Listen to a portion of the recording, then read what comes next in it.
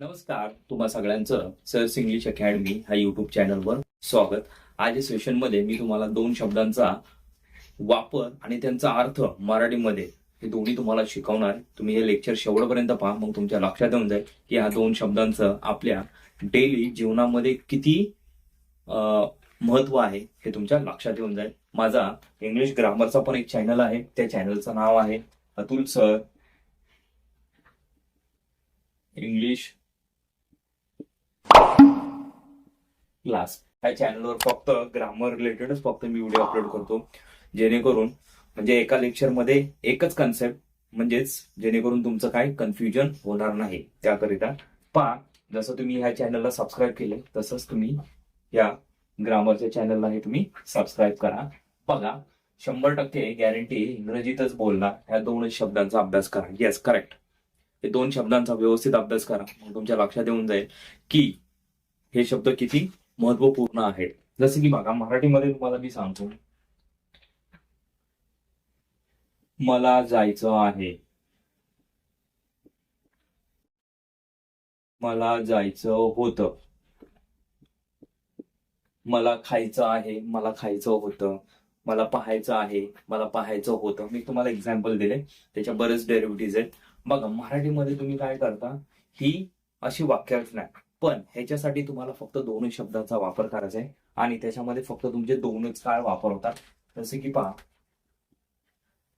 पहिला आहे तुमचा हा वाला शब्द वॉन्ट, त्याचा सेकंड फॉर्म आहे वॉन्टेड, थर्ड फॉर्म आहे सेम वॉन्टेड.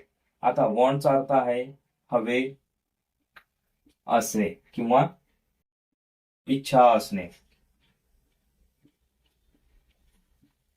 ओके, सांगा तुम्हाला त्याचा वापर कसा आहे. त्याचं काय, हवे होतं किंवा हवे होतं असं त्याचा अर्थ होईल. आता वॉन्ट हे काय फर्स्ट फॉर्म, वॉन्टेड हे सेकंड फॉर्म आणि वॉन्टेड हे थर्ड फॉर्म. आता ह्याचा वापर तुम्हाला कुठं करायचा बघा. हा जो काळ आहे, म्हणजे ज्या काळात तुम्हाला वापरायचा आहे, तो काळ आहे तुमचा काय, सिंपल प्रेझेंट टेन्स. बघा, मला जायचं आहे. आता ही वाक्यरचना तुम्हाला बनवायची आहे, तर मग त्यासाठी तुम्हाला कुठला काळ वापरायचा आहे, सिंपल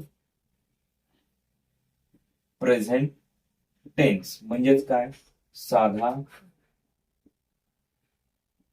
वर्तमान काळ. ओके, आता ह्याच्यामध्ये तुम्हाला काय करायचंय, लक्षात ठेवायचंय, ह्याचं सूत्र सब्जेक्ट प्लस V1, त्याला एस किंवा ES प्लस ऑब्जेक्ट. आता फक्त आय वॉन्ट म्हणलं तर काय, मला पाहिजे, मला पाहिजे किंवा मला हवं आहे असा अर्थ होतो. आता ह्या आय वॉन्ट नंतर तुम्ही टू घेऊन क्रियापदाचं पहिलं रूप वापरलं. जसे की बघा, I want to go there. मग ह्याचा अर्थ काय होईल की मला जायचं आहे. काय, मला जायचं आहे असा याचा अर्थ होतो. आता ह्याच्यामध्ये तुम्ही इथं जो वर्ब आहे कुठला, गो, जर ह्याऐवजी तुम्ही I want to speak there, म्हणजे मला तिथे बोलायचं आहे. I want to write there, मला तिथे लिहायचं आहे. I want to teach there, मला तिथे शिकवायचं आहे. I want to bring there, मला तिथे आणायचं आहे. I want to come there, मला तिथे यायचं आहे. म्हणजे बघा, इथं तुम्हाला काय करायचं आहे की हा वर्ब चेंज झाला की इथं तुम्हाला याचा अर्थ होतो. जर फक्त तुम्ही वॉन्ट वापरलं तर मला पाहिजे. आता आय वॉन्ट धिस, काय, आय वॉन्ट धिस म्हणजे मला हे पाहिजे. आलं लक्षात. आता ही एक रचना पाहिजे आपण, सिंपल प्रेझेंट टेन्स. लक्षात ठेवा, ह्याचा वापर फक्त सिंपल प्रेझेंट आणि सिंपल पास्ट टेन्स मध्ये होतो. आता पुढे पाहूयात आपण सिंपल पास्ट टेन्स. सॉरी, आधी ह्याचा अजून एक पाहूया. ह्याच्यातली अजून एक रचना पाहू, मग तुमच्या लक्षात येईल की ही वॉन्ट आणि सिंपल प्रेझेंट का महत्वाचं आहे. बघा, राहुलला मी तिथे यावे असे वाटते किंवा राहुलची इच्छा आहे की मी तिथे यावं. म्हणजेच बघा, Rahul wants me Rahul wants नंतर काय करायचं तुम्हाला, ज्याच्यासाठी आहे ते इथं तुम्हाला कर्त्याची द्वितीय घ्यायची. मी तिथे, टू कम देअर. म्हणजे राहुलला असे वाटते की मी तिथं यावं, म्हणजे Rahul wants me to come there. आता ह्याच्यामध्ये बघा वॉन्ट्स, वॉन्ट्स तुम्हाला बघा ही, शी, इट आणि नेम असेल तर काय करायचे तुम्हाला, वॉन्ट्स म्हणजे वापरायचे, म्हणजे क्रियापदाला एस किंवा इएस. ओके. आणि आय, वी, यू आणि दे असेल तर काय करायचं, फक्त वर्ब म्हणजेच वॉन्ट. लक्षात ठेवा हा नियम. ओके. ह्याच्यानंतर पहा, I want you to go there. I want you to go there. मग ह्याचा अर्थ काय होईल, माझी इच्छा आहे की तू तिकडे जावेस. म्हणजेच I want you to go there, म्हणजे माझी इच्छा आहे की तू तिकडं जावे. नंतर तुझी इच्छा नाही की मी इकडे यावं, तुझी इच्छा नाही की मी इकडे यावं. मग ही वाक्यरचना कशी बनवणार, यू ही निगेटिव्ह आहे पहा मित्रांनो, इथं तुम्हाला डोंट घ्यायचं. You don't want me to come here. Me to come here म्हणजेच काय की तुझी इच्छा आहे, तुझी इच्छा नाही की मी इकडं यावं. आलं लक्षात. हे झालं तुमचं वॉन्टच्या रिलेटेड म्हणजे सिंपल प्रेझेंट टेन्स. आता आपण पाहूया सिंपल पास्ट टेन्स.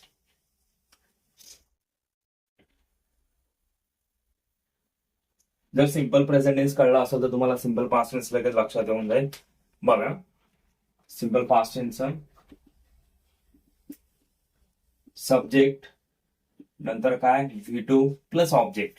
जसं की आय वॉन्टेड म्हणजेच मला काय पाहिजे होतं. ओके. आता ह्याच्यानंतर काय करायचं तुम्हाला, I wanted to go there म्हणजेच काय की मला जायचं होतं. ईडी नसेल तर काय होणार, I want to go there म्हणजे मला जायचं आहे, आणि I wanted to go there म्हणलं तर मला जायचं होतं, म्हणजे मला जायचं आहे काय होणार, मला जायचं होतं. आता इथं तुम्ही गोच्या ऐवजी तुम्ही दुसरा कुठला वर्ब घेतला, जसं बघा I wanted to speak there म्हणजे मला बोलायचं होतं. I wanted to write there म्हणजे मला लिहायचं होतं. आलं लक्षात. आता हा एक झाला शब्दाचा वापर. त्याच्यानंतर आहे तुमचा काय, थिंक. बघा थिंकचे दोन अर्थ होतात, दोन्हींचा वापर वेगवेगळा आहे. पहा थिंक लिहून घ्या, थिंक थॉट थॉट. याचा पहिला अर्थ म्हणजेच काय, विचार करणे, आणि दुसरं म्हणजे काय, वाटणं. बघा कसं. आणि ह्याचाही वापर बघा शक्यतो ह्या अर्थासाठी सिंपल प्रेझेंट आणि सिंपल पास्ट टेन्स मध्ये त्याचा वापर होतो. जसे की बघा आय थिंक. आय थिंक म्हणजे ह्याचा तुम्ही दोन प्रकारे अर्थ लावू शकतो. म्हणजे काय, मी विचार करतो आणि मला काय, मला वाटतं. मग आता हे तुम्ही कसं ओळखणार, जेव्हा ह्याच्या आधीची वाक्यरचना आणि ह्याच्या नंतरची वाक्यरचना जर ह्याचे रिलेटेड असेल तर मग हा वाला अर्थ घ्यायचा. जर असं वाटते की तो मूर्ख आहे, बघा आता वाक्यरचना देतो, आय थिंक ही इज फुल. आता तुम्ही असं म्हणता का, मी विचार करतो तो मूर्ख आहे, होईल का, नाही. म्हणजे आय थिंक ही इज फुल म्हणजे मला वाटतं की तो मूर्ख आहे. म्हणजे ह्याच्या नंतरची म्हणजे ह्या वाक्याच्या नंतरची वाक्यरचना बघायची किंवा आधीची बघायची, आणि त्यानुसार मग ह्यापैकी कुठला अर्थ तिथं सुटेबल आहे तो तिथं वापरायचा. म्हणजेच पहा आय थिंक म्हणजे मला वाटतं, I think you are a fool म्हणजे मला वाटतं की तू मूर्ख आहेस. तो खरं बोलत आहे असं तुला वाटतं का, म्हणजे do you think he is speaking truth. बघा वाक्यरचना. Do you think he is speaking truth? Question mark. म्हणजे तुला वाटतं का की तो खरं बोलत आहे? हा लक्षात. म्हणजे थिंकचे दोन अर्थ होतात, लक्षात घ्या. एक म्हणजे विचार करणे आणि एक म्हणजे हे वालं वाटणं. मला वाटतं की तो मूर्ख आहे. तुम्हाला काय वाटतं? म्हणजे शरीरच नाही, लक्षात ठेवा. आता हे झाले थिंक आणि वॉन्टचा वापर. आता ह्याच्यामध्ये तुम्हाला काय शंका असतील तर कमेंट बॉक्समध्ये कमेंट करा. आणि ह्याच्या जेवढ्या शक्य आहे, जेवढ्या तुम्हाला वाक्यरचना बनवता येतील तेवढ्या वाक्यरचना बनवा. आणि काय डाऊट असेल तर कमेंट बॉक्समध्ये कमेंट करा. आणि शेवटपर्यंत बघत आला असाल तर चॅनलला नक्की सबस्क्राईब करा आणि लाईक सुद्धा करा. आणि पुढील सेशनमध्ये आपण असा एखादा कन्सेप्ट घेऊन. तोपर्यंत जय हिंद, जय महाराष्ट्र.